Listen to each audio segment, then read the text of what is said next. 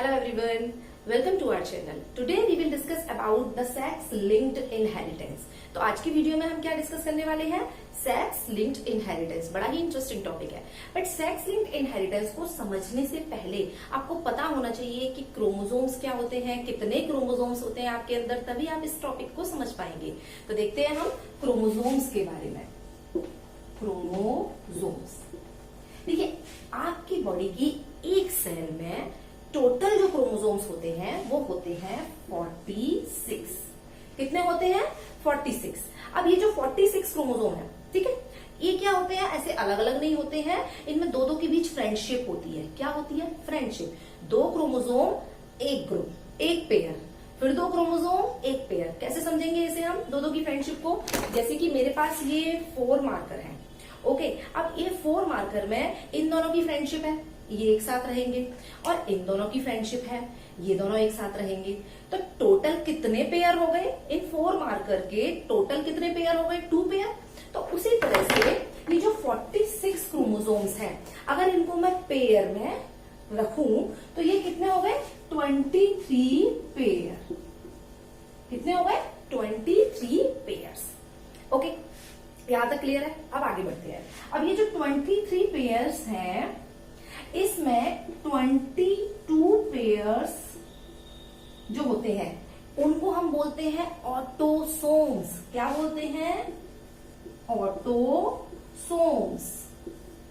क्योंकि हमारी जो नॉर्मल बॉडी कैरेक्टर्स की जीन्स है, फॉर एग्जांपल हमारी हाइट कैसी होगी, हमारी आईज कैसी होंगी, हमारे बालों का टेक्सचर कैसा होगा, स्किन का कलर कैसा होगा, जो नॉर्मल बॉडी कैरेक्टर्स की जीन्स हैं, ठीक है, वो सारी जीन्स इन 22 पेयर्स ऑफ क्रोमोसोम्स पर प्रेजेंट होती है. आगे जो लास्ट वाला पेयर बचा, ठीक है, 22 पेयर इधर आ गए, तो 23 माइनस 22 करो, कितना हुआ? 1 पेयर. एक पेयर बचा. ओके, तो लास्ट में जो एक पेयर बचा कौन सा हुआ? ये 23rd पेयर.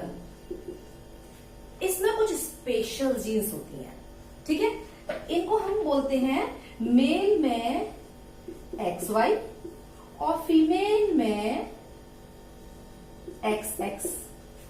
ओके, और इन क्रोमोसोम्स को, ठीक है, मेल में इनको XY बोलते हैं, फीमेल में इनको XX बोलते हैं, और इन क्रोमोसोम्स को कंबाइंडली हम बोलते हैं सेक्स क्रोमोसोम्स.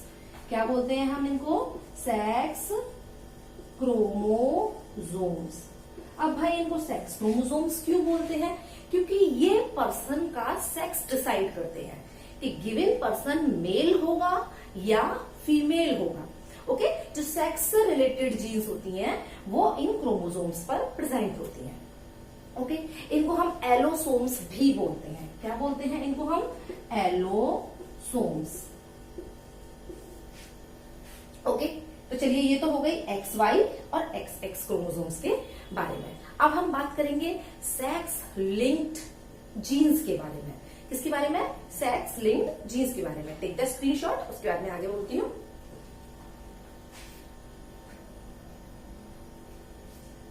चलिए, तो क्रोमोसोम्स के बारे में आपने अच्छे से समझ लिया कि क्रोमोसोम्स कौन कौन से होते हैं. अब हम बात करते हैं सेक्स लिंक्ड जीन्स के बारे में. तो देखिए, सेक्स लिंक्ड जीन्स को हम इस तरह से समझाएंगे. फॉर एग्जांपल ये है आपकी फिजिक्स की बुक, ठीक है, समझिए आप कि ये आपकी फिजिक्स की बुक है.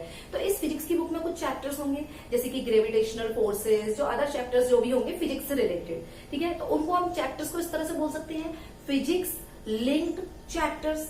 क्या बोल सकते हैं मैंने? Physics linked chapters. ओके, उसी तरह से ये आपकी कोई दूसरी बुक है जो केमिस्ट्री की बुक है, ठीक है, इसमें भी अलग टाइप के चैप्टर्स होंगे, फॉर एग्जांपल एटम्स, मॉलिक्यूल्स, ठीक है, तो इन चैप्टर्स को हम क्या बोलेंगे? Chemistry linked chapters.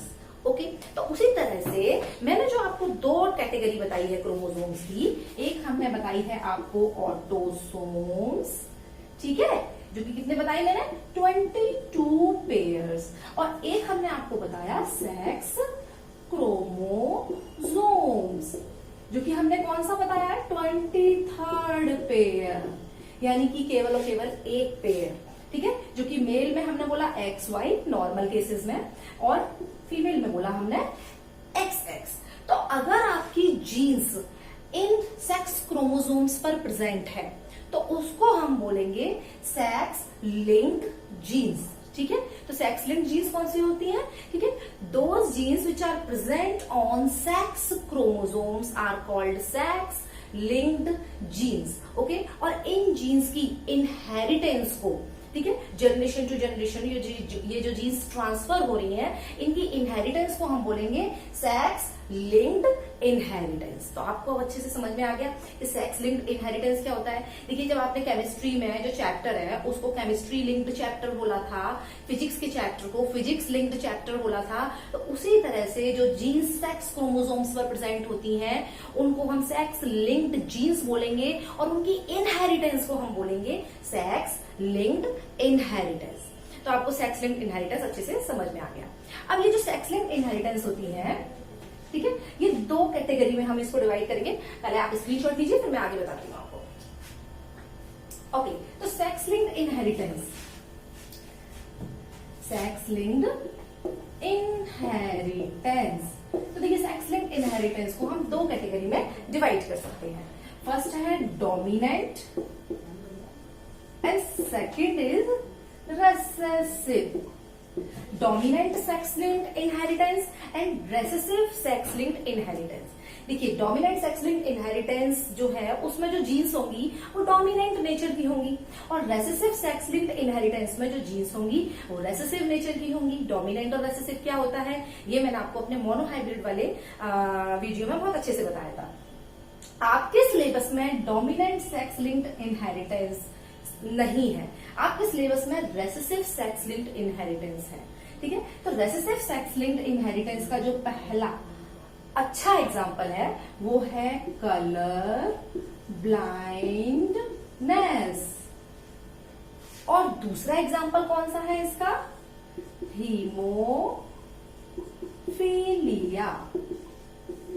तो ये जो रेसेसिव सेक्स लिंक्ड इनहेरिटेंस है, इसके जो दो एग्जांपल्स है कलर ब्लाइंडनेस एंड हीमोफीलिया, इन दोनों को हम अलग अलग वीडियो में डिस्कस करेंगे।